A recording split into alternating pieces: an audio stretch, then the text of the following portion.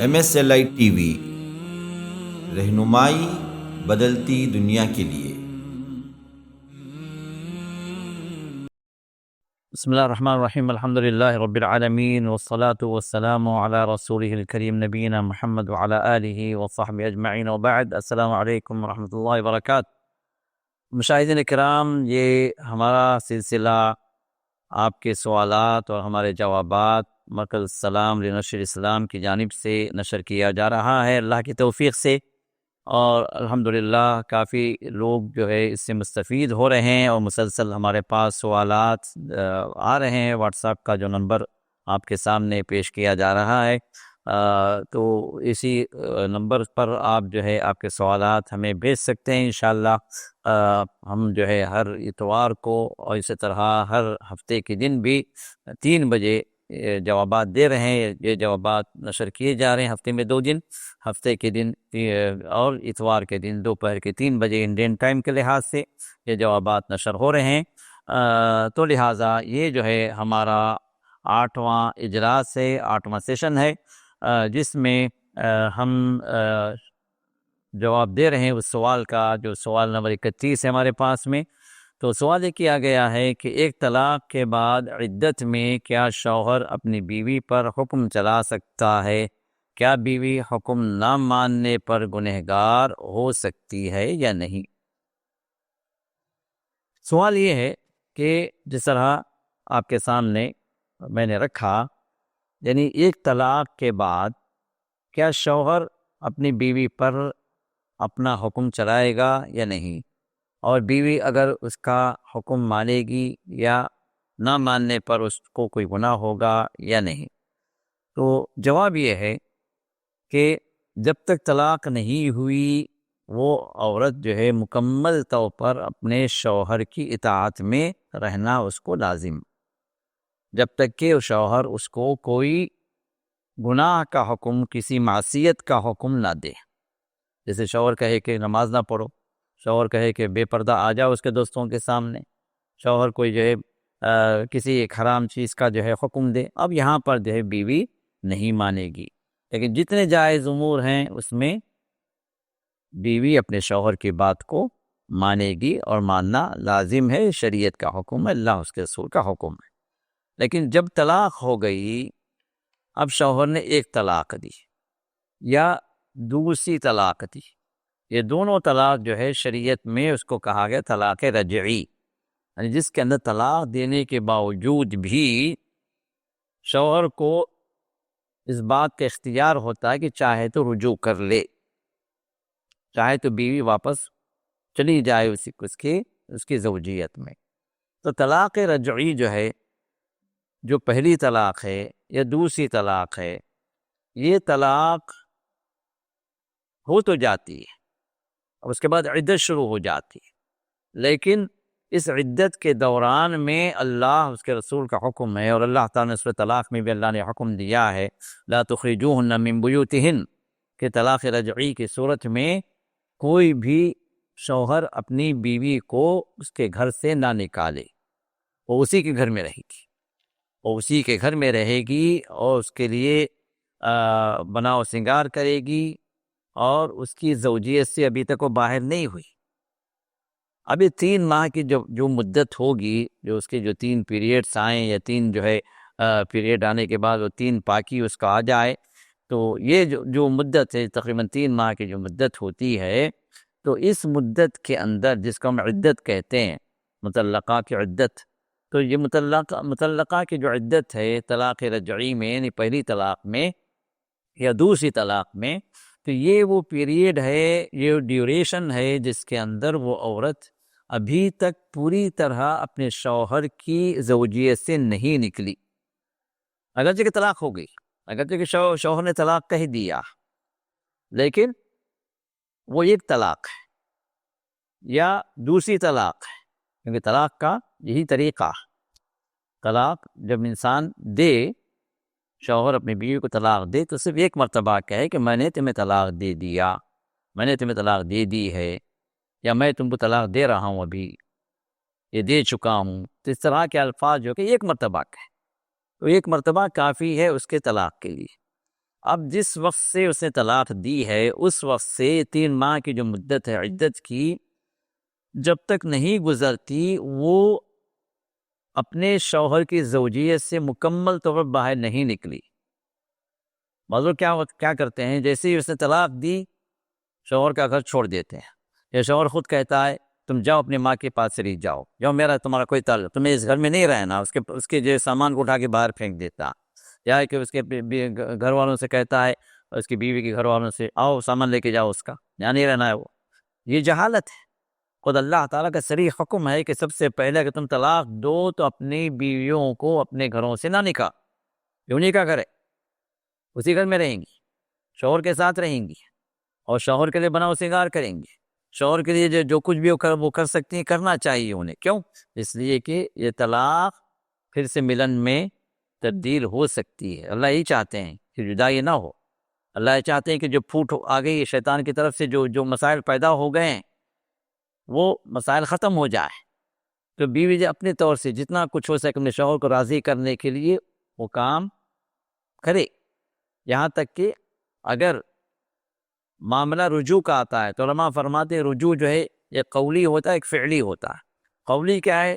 شوہر جو اس کو دیکھ کر، اس کی خدمت کو دیکھ کر، یا کہ ہو سکتا ہے 3 ماہ کا ٹائم ہوتا ہے تو سوچ بدل جاتی ہے، ارادے بدل جاتے ہیں، حالات بدل جاتے ہیں، کبھی بچوں کے مسئلے آتے ہیں تو بچوں کی وجہ سے پھر جو اوپینین پھر دوسرے ہو جاتے ہیں، ڈیسیشن بدل جاتے ہیں، تو ممکن ہے کہ طلاق پھر سے واپس ملن میں تبدیل ہو جائے۔ تو اب علماء فرماتے ہیں کہ رجوع کرنے کے سلسلے میں قولی رجوع کیا ہے؟ شوہر یہ کہہ دے کہ میں تمہیں واپس لے لیا اپنے نکاح میں نے رجوع کر لیا اپنے طلاق سے، یا پھر قولی بھی نہ ہو فعلی ہو جائے۔ فعلی کیا ہے؟ کہ شوہر بیوی کے تعلقات ہو گئے، کیونکہ شریعت ہی کہتی ہے کہ ان کے گھر سے نہیں نکلنا، طلاق کے باوجود بھی پہلی طلاق جیسی طلاق میں بیوی شوہر ہی کے گھر میں رہے، بناؤ سنگار کرے، زینت اختیار کرے، شوہر کے سامنے جائے، شوہر سے ابھی پردہ نہیں بلکہ وہ شوہر کی زوجیت میں باقی ہے ابھی جب تک کہ عدت ختم نہیں ہوتی۔ اب مصلحت یہ ہے کہ دونوں کا پھر سے ملن ہو جائے، یہ فیملی لائف پھر سے جو اچھی طرح سے گزارنے والے بن جائیں، ان کے آپس کے پرابلم سالو کر لیں، یہ مقصود ہے۔ تو اب یہاں پر جو ہے اگر شوہر حکم بھی دے تو جو ہے اس کی اطاعت کرے، کیونکہ ابھی اسی کی زوجیت میں باقی ہے، ابھی اس سے جو جدا نہیں ہوئی، ابھی اس کا نان نفقہ شوہری کی ذمہ ہے، شوہر اس پر خرچ کرے گا جب تک کہ عدت مکمل نہیں ہوتی ہے۔ اور فعلی رجوع کیا ہے، عملی طب رجوع کیا ہے؟ وہ آپس میں ہم بستری کا کر لیں، بستر کے تعلقات ہو جائیں، تو پھر اگر وہ منہ سے نہ بھی کہے تو پھر بھی جو رجوع ہو گیا، پھر بھی وہ اپنی زوجیت میں اس کو پوری طرح واپس لے لیا۔ تو معلوم یہ ہوا کہ طلاق رجعی جو پہلی طلاق ہے اور دوسری طلاق ہے، اس کے بعد کی جو عدت ہے، جو ڈیوریشن ہے عدت کا، جو 3 ماہ تقریباً جو ہوتی ہے، اس میں در حقیقت وہ بیوی اس شوہر ہی کی ہوتی، اس کو نکلنا نہیں ہے گھر سے نکلنا بھی ہے تو شوہر کی اجازت سے نکلنا۔ اگر شوہر جو ہے وہ شوہری کی تعمیل میں ہوگی، وہ شوہری کی اطاعت میں ہوگی، شوہری کے نان نفقے میں ہوگی، یہ کب تک؟ جب تک کہ عدت ختم نہ ہو جائے۔ 3 ماہ کی عدت ختم ہو گئی، اس خاتون کو جو 3 جو پیریڈز آ گئے، تو اب اس کے بعد جو ہے وہ وہاں سے اگر رجوع نہیں کرنا چاہتے ہیں، دونوں آپس میں ملنا نہیں چاہتے ہیں، تو پھر اس کا گھر وہ چھوڑ دے، اور اس کے بعد وہاں سے نکل کر اس کے اختیار ہوگا کہ چاہے تو وہ کسی اور سے نکاح کر لے اور جو ہے اپنی زندگی وہ گزارے، یا چاہے تو جو ہے وہ چند ماہ کے بعد، چند دن کے بعد، چند سال کے بعد وہ پھر سے اسی شوہر کی طرف بھی واپس آ سکتی ہے نئے نکاح سے۔ حالانکہ کوئی ضرورت نہیں، کسی اور کو نکاح کرنے کی سیٹنگ کی کوئی ضرورت نہیں، جس طرح لوگ کرتے ہیں، یہ سب حرام کاریاں، شریعت کی خلاف ورزیاں۔ تو شریعت نے جو طلاق کا طریقہ جو رکھا ہے بہت ہی سمپل ہے، بہت آسان ہے، اور جو ہے اللہ کے بندوں کے حالات کے موافق ہے، اور جو آسانیاں ہیں ان احکامات کے اندر، کیونکہ طلاق ایک مجبوری کے تحت انسان جب دیتا ہے تو پھر اس مجبوری سے حتی الامکان فائدہ اٹھانے کا بھی وہاں پر اللہ نے موقع رکھا ہے کہ حالات اللہ تعالیٰ بدل دے۔ سيجعل اللہ بعد عسر یسرا، اللہ فرماتے ہیں کہ ممکن ہے کہ اللہ تعالیٰ قریب تکلیف کو ہٹا کر اس جگہ اللہ تعالیٰ آسانیاں لے آ جائیں، یہ اللہ تعالیٰ کا اپنا منشا ہے، اس کا ارادہ ہوتا ہے، اس کی مصلحتیں ہوتی ہیں۔ تو لہٰذا طلاق رجعی کی جو عدت ہے، اس عدت کے اندر وہ بیوی ہی کے حکم میں رہے گی جب تک کہ عدت مکمل نہ ہو۔ تو جب عدت مکمل ہو جائے گی تو پھر وہ شوہر اور بیوی کے درمیان میں طلاق بائن کے اعتبار سے یہ جو ہے دوریاں ہو جائیں گی، ایک دوسرے کے اجنبی ہو جائیں گے، اور وہاں سے بیوی کو بھی اختیار ہوگا کہ وہ چاہے تو کسی اور سے وہ نکاح کرنا چاہے تو نکاح کر سکتی ہے۔ واللہ اعلم۔ سوال نمبر 32، یہ سوال ہے کہ استنجا کے لیے پانی نہ ہو، ڈھیلے سے استنجا کر کے بعد میں صرف وضو کر کے نماز پڑھ سکتے ہیں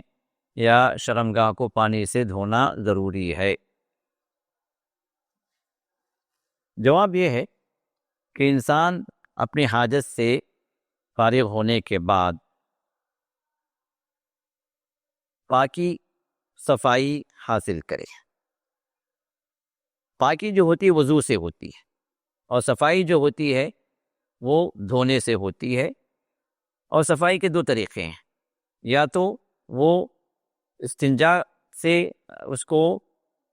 صفائی کرے، مطلب یہاں پر استنجا سے مراد کیا ہے کہ کسی بھی پانی کے علاوہ کسی بھی صفائی والی چیز جس سے وہ جگہ صاف ہو جائے، وہ گندگی صاف ہو جائے۔ اب جیسے جو ہے اس طرح کے ڈھیلے جو پانی کو، جو پیشاب کے قطروں کو جذب کر لیں یا اس غلاظت کو صاف کر دیں، اس طرح کی اینٹ یا اس طرح کا پتھر جو مٹی کا ہو، اس سے صفائی ہو سکتی ہے۔ اسی طرح ٹیشو پیپرز ہیں، اس سے صفائی ہو سکتی ہے۔ اسی طرح جو کسی بھی قسم کا دوسرے قسم کا پیپر ہے جو جذب کرتا ہے قطرات کو، اس سے صفائی ہو سکتی ہے۔ تو پانی کے سوا کوئی بھی اور چیز جو صفائی کے قابل ہو، اس سے صفائی کرنا کیا ہے؟ استنجا، اور 3 مرتبہ کرنا افضل ہے۔ 3 مرتبہ میں وہ پاکی ہو، وہ صفائی ہو جس سے وہ جگہ صاف ہو جائے۔ تو ضروری نہیں ہے کہ آپ پانی سے ہی کریں، ہاں اگر پانی ہے تو افضل ہے، لیکن کسی کو پانی نہ ملے تو پھر وہ اس طرح 3 مرتبہ پتھر سے یا ڈھیلے سے یا کہ ٹیشو سے یا کوئی بھی ایسی چیز سے یا کپڑے سے جو ہے وہ صفائی کر لے، اور اس کے بعد پھر وہ وضو کر لے۔ کوئی ضروری نہیں ہے کہ پھر سے وہ شرمگاہ دھوئے، ہاں اگر دھو لیتا ہے الحمدللہ اطمینان کے لیے اس کے اندر زیادتی بھی ہے، مطلب زیادہ اطمینان ہے، اور اسی طرح پاکی بھی جو ہے زیادہ ہے۔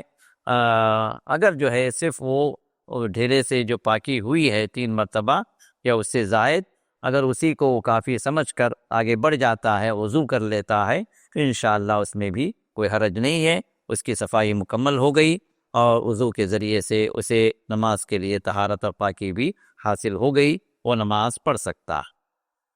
سوال نمبر 33، وراثت کیا ہے، ہبہ کیا ہے، اور وصیت کیا ہے؟ اس کے بارے میں تھوڑا سا بتائیے۔ وراثت جو ہے ہر وہ چیز ہے جب انسان مرنے لگتا ہے یا مر جاتا ہے، اس کی روح نکل جاتی ہے، تو جو چیز بھی ویلیوبل رہ جاتی ہے اس کے پیچھے، اس کی ملکیت جو تھی، تو یہ ہے وراثت جو وارثین کی طرف منتقل ہوتی۔ ممکن ہے وہ ایمویبل پراپرٹی ہو یا موویبل کوئی جو ہے اس کی کوئی دولت ہو، جیسے پیسے ہیں، کیش ہے، بینک بیلنس ہے، یا ایک گولڈ سلور ہے، یا گھر کا کوئی قیمتی سامان ہے۔ یہ سب چیزیں جو بھی وہ چھوڑ کر، جو بھی ویلیبل چیز جو چھوڑ کر جو ہے انسان اس دنیا سے جاتا ہے، یہ اس کو کہتے ہیں کہ یہ وراثت میں تقسیم ہوگی۔ یہ چیزیں وارثین کے درمیان میں یہ وراثت۔ اب وراثت کے حکم کے اندر کیا ہے کہ اگر اس انسان کے اوپر قرض ہے تو پہلے اس وراثت میں چھوڑے ہوئے پیسے، اس وراثت میں چھوڑی ہوئی جو بھی پراپرٹی ہے، اس کے ذریعے سے اس کے قرضے کو ادا کیا جائے گا۔ جس طرح اللہ تعالیٰ نے سورۃ النساء کے اندر اللہ نے حکم دیا، سورۃ النساء کے دوسرے رکوع میں اللہ نے اسی وراثت کے سلسلے میں اللہ نے احکامات دیے. یوصیکم اللہ فی اولادکم للذکر مثل حظ الانثیین، یہ آیت، اور اس کے بعد کی آیت وَلَکُمْ نِصْفُ مَا تَرَکَ أَزْوَاجُکُم، یہ دو آیتیں وہ ہیں جو وراثت کی تقسیم میں خاص طور پر اللہ تعالیٰ کا بیان ہے. تو لہٰذا جس کو بھی تفسیر چاہیے یہ سورۃ النساء کی دوسرے رکوع کی یہ دو آیات یہ پڑھ لیں ترجمہ و تشریح کے ساتھ، انشاءاللہ بات سمجھ میں آ جائے گی. تو وراثت کیا ہے؟ ہر وہ مال ہے جو انسان چھوڑ کر اس دنیا سے جاتا ہے، جو بھی اس کی ملکیت میں رہے گا یہ منتقل ہوگا وارثین کی، ان کی تقسیم میں، وارثین میں تقسیم کی جائے گی. اب اس میں تقسیم کرنے سے پہلے ہم جو ہے یہ دیکھیں گے کہ اس پر کوئی قرض ہے تو اس قرض کو ادا کریں گے. اب اس کے بعد کوئی وصیت اس نے کی ہے، کیونکہ اس میں یہ وصیت کا بھی سوال ہے. وصیت کیا ہے؟ کہ وصیت مرنے والا اپنی جائیداد میں سے، اپنے مال میں سے ایسے لوگوں کو وصیت کرے جو اس کے وارثین میں سے نہیں ہیں، اس کی وراثت کے حقدار نہیں ہیں. جیسے وہ باپ نہیں ہے، بیٹا نہیں ہے، بیٹی نہیں ہے، ماں نہیں ہے، بیوی نہیں ہے. اب یہ سب وجوہ وارثین ہیں، ان کو اللہ نے حق دے دیا ہے قرآن کے اندر، یہ وارثین میں سے، تو ان کے حق میں وصیت نہیں کی جائے گی. اللہ کے رسول نے ارشاد فرمایا صلی اللہ علیہ وسلم نے الا لا وصیت لوارث، کسی وارث کو وصیت نہ کی جائے، کسی وارث کے سلسلے میں کوئی وصیت قبول نہیں کی جائے گی. بعضوں کیا کرتے ہیں، کسی بیٹے سے ناراض ہوتے ہیں اور کسی سے خوش ہوتے ہیں، تو جب مرنے لگتے ہیں تو وصیت کرتے ہیں، دیکھو میری وصیت ہے کہ وہ فلاں جو بیٹا ہے اس کو ایک پائی بھی نہیں دی جائے گی، اس کو میں نے محروم کر دیا، میری وراثت میں سے، میرے حصے میں سے کوئی چیز میں نہیں دوں گا، اس کو نہیں دینا، تو ایک کو محروم کر دی. ایک کے بارے میں کہا کہ وہ بیٹا جو بڑی خدمت کیا ہے اس نے، وہ بڑا میرا محبوب ہے، تو اس کو جو ڈبل دے دو، دوہرا حصہ دے دو. تو یہ وصیت ظالمانہ وصیت، دو اعتبار سے دو ظلم کیا اس نے. ایک تو جو ایک حقدار کو جس کو اللہ نے حق دیا ہے وراثت کا اس کو محروم کیا، یہ پہلا ظلم ہے. دوسرا ظلم کیا ہے؟ وصیت اس کے حق میں کی جو پہلے سے وارث ہے،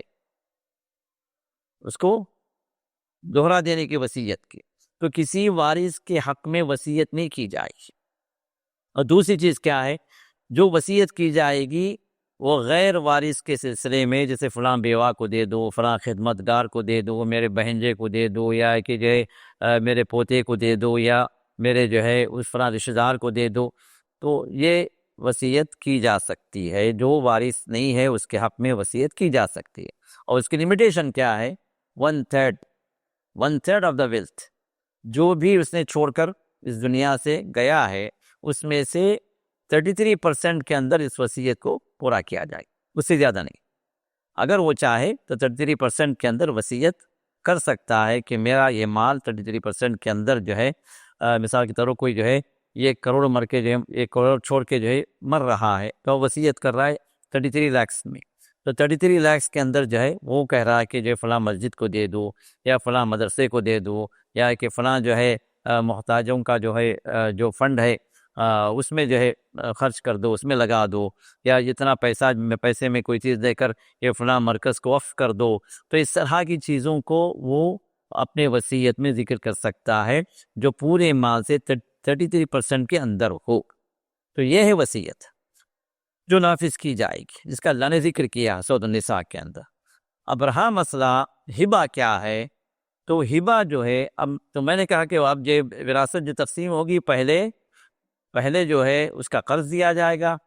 اور دوسرا جو ہے اس کی جو وصیت جو ہے وہ نافذ کی جائے گی، اور اس کے بعد جو مال بچے گا وہ مال کیا ہے؟ وہ تمام وارثین کا ہے جو اس وقت موجود ہوں. اس کے انتقال کے وقت میں جو وارث بھی زندہ ہوگا اس کو اس میں سے حصہ اللہ تعالیٰ کی کتاب کے مطابق دیا جائے گا. اللہ نے اپنے کتاب کے اندر ان وارثین کا ذکر بھی کر دیا ہے سورۃ النساء کے اندر، اور ان کا حق بھی ان کو کتنا ملے گا وہ بھی اللہ نے ذکر کر دیا. جو تفصیل چاہیے تو اپنے علماء سے آپ جو ہے رجوع کریں، اور کون کتنے وارثین ہیں اور اور جو کتنا جو ہے مال اس نے چھوڑا ہے اس کے لحاظ سے کیا تقسیم ہوگی، یہ جو ہے تقریباً دارالفتہ جہاں پر بھی ہے وہ لوگ جو آپ کو بتائیں گے اس تفصیل کے اعتبار سے۔ اب رہا مسئلہ ہے کہ ہبہ کیا ہے، تو ہبہ کے سلسلے میں یہ بات ہمیں سمجھنا چاہیے کہ ہبہ کیا ہے۔ ایک تحفہ آپ کی طرف سے، ایک تحفہ جو دیا جاتا ہے وہ ہے ہبہ۔ تو اب جو ہے ہبہ کا مسئلہ ایسا ہے کہ اگر بیویوں میں آپ کو ہبہ کر رہے ہیں تو تمام بیویوں کو آپ ایک سا ہبہ کریں گے۔ اگر اولاد میں آپ کسی چیز کو دے رہے ہیں تو آپ کی تمام اولاد کو اس میں آپ کو برابری کرنا ہے۔ جس طرح حدیث میں بات آتی ہے کہ نعمان بن بشیر کی جو صحابی تھے وہ آئے اللہ کے رسول کے پاس اور انہوں نے کہا کہ اللہ کے رسول جو ہے میری بیوی چاہتی ہے کہ میں اس بچے کو، میری اس اولاد میں سے اس لڑکے کو میں فلاں جو ہے میری زمین دے دوں، میرا باغ دے دوں اور آپ اس پر گواہ رہیں۔ تو اللہ کے رسول نے پوچھا کہ تمہاری اور بھی اولاد ہے؟ کہا کہ ہاں اور بھی ہے۔ تو آپ نے فرمایا کہ کیا تم دوسری اولاد کو بھی اسی طرح جس طرح اس لڑکے کو دے رہے ہو کہ ان کو بھی دے رہے ہو؟ کہا کہ نہیں اللہ کے رسول، میں صرف اس کو دے رہا ہوں۔ تو آپ نے فرمایا کہ میں ظلم پر گواہ نہیں بنتا، یہ ظلم ہے کہ آپ ایک کو دیں دوسرے کو چھوڑ دیں۔ تو اولاد کے اندر برابری ہونی چاہیے۔ اگر آپ ہبہ کر رہے ہیں، آپ جو ایک تحفتاً کوئی چیز دے رہے ہیں، چاہے وہ زمین ہو، سونا ہو، چاندی ہو، پیسے ہوں، کیش ہوں، یا اس کے اکاؤنٹ میں ٹرانسفر کرنا ہو، جو بھی ہے، اگر یہ کو آپ دے رہے ہیں بطور ہبہ تو آپ کی دوسری اولاد کو بھی آپ کو دینا چاہیے، برابری کرنا چاہیے، ورنہ پھر یہ ظلم والی بات ہو جائے گی۔ اور ہبہ کیا ہے، چونکہ تحفہ ہے تو دینے کے بعد اس کو واپس لینا بھی نہیں ہے۔ اور آپ نے ارشاد فرمایا کہ العائد فی ہبتہ کالعائد فی قیئہ، جو اپنے ہبہ میں واپس آتا ہے یعنی اس کو واپس دے لیتا ہے کسی کو گفٹ دے کر، وہ ایسے ہی ہے جیسے اپنی الٹی جو انسان کرنے کے بعد اس الٹی کو گویا وہ چاٹ رہا ہے۔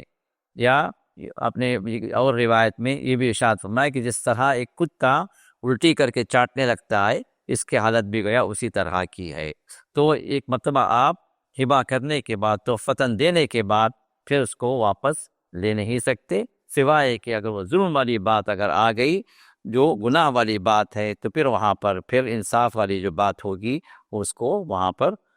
اس کے مطابق فیصلہ کیا جائے گا۔ واللہ عالم۔ سوال نمبر 34، کیا حفاظت کے لیے پڑھی جانے والی دعائیں حضرت انس بن مالک رضی اللہ عنہ سے صحیح حدیث سے ثابت ہے؟ اب دیکھیے اس دعا کے اندر یہ تو ذکر نہیں کیا گیا ہے کہ حضرت انس بن مالک کی کس دعا کا یہ جو ہے ذکر کر رہے ہیں، کیونکہ اگر دعا کا ذکر اگر ہوتا تو ہم بتا دیتے کہ بھئی فلاں دعا یہ ثابت ہے یا ثابت نہیں ہے۔ لیکن میرے اپنے اعتبار سے شاید سوال کرنے والے کا یہ سوال ہے کہ ایک دعا مشہور ہے حضرت انس کی طرف منسوب کی گئی ہے، جس کو طبرانی میں اور کنز العمال کے اندر بھی ذکر کیا گیا ہے، اس دعا کو دعائے انس کے نام سے،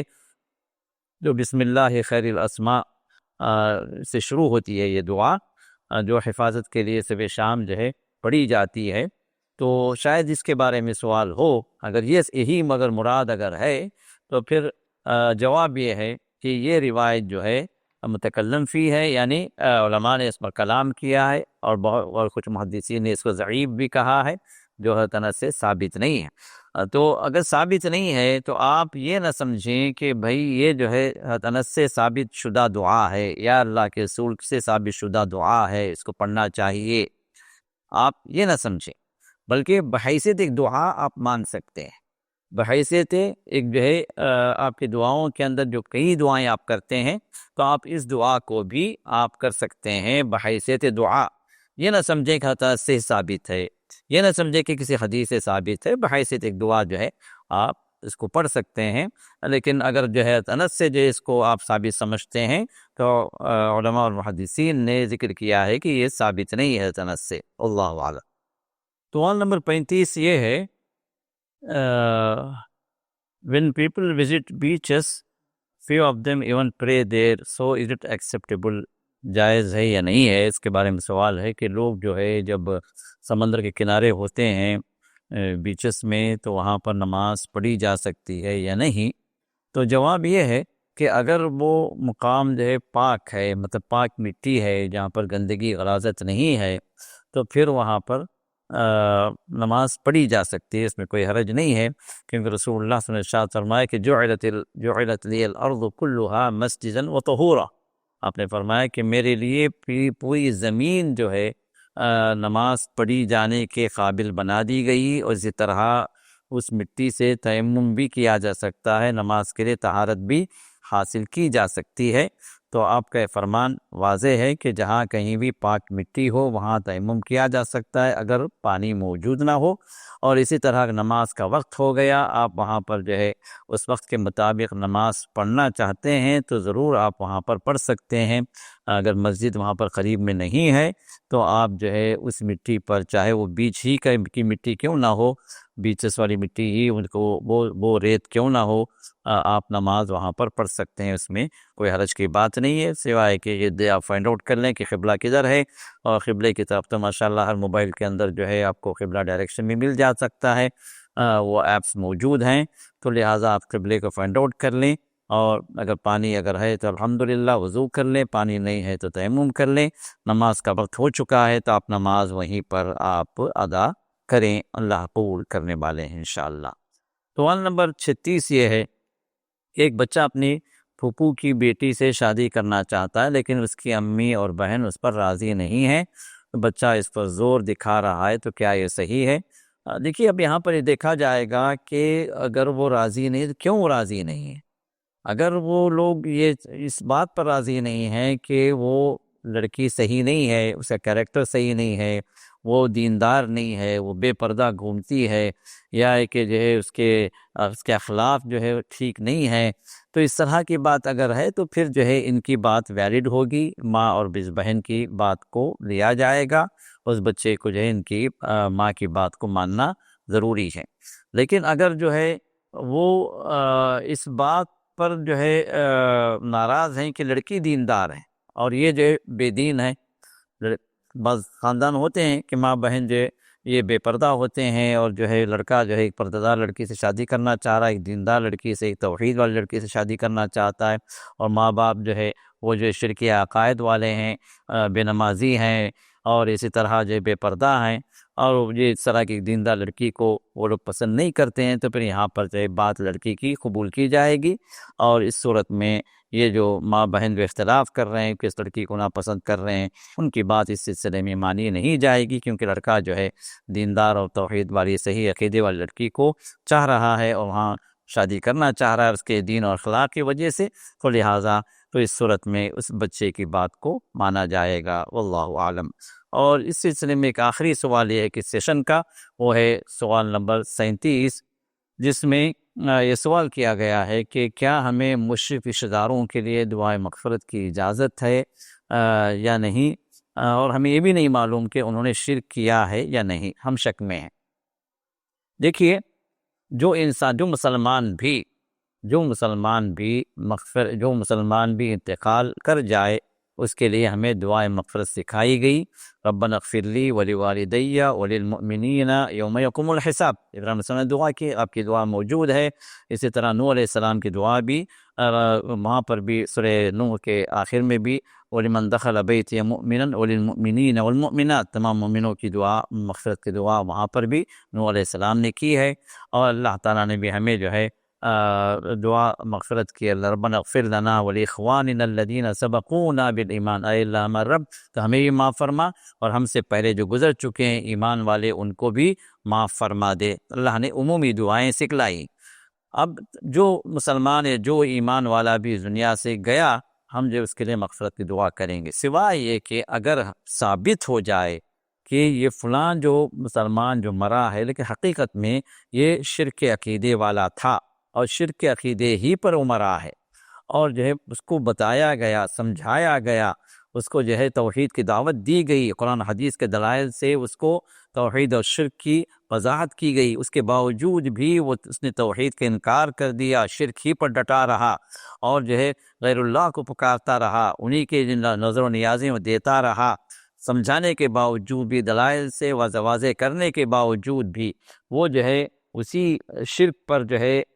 روش پر، اسی شرک پر کی روش پر رہا، اسی پہ ڈٹا رہا، اور اسی پر جو ہے اس کا اسی عقیدے شرک پر اگر انتقال اس کا ہوا ہے، تو پھر یہاں جو ہے بات وہ آتی ہے کہ علماء نے فرمایا کہ یہ آدمی جو ہے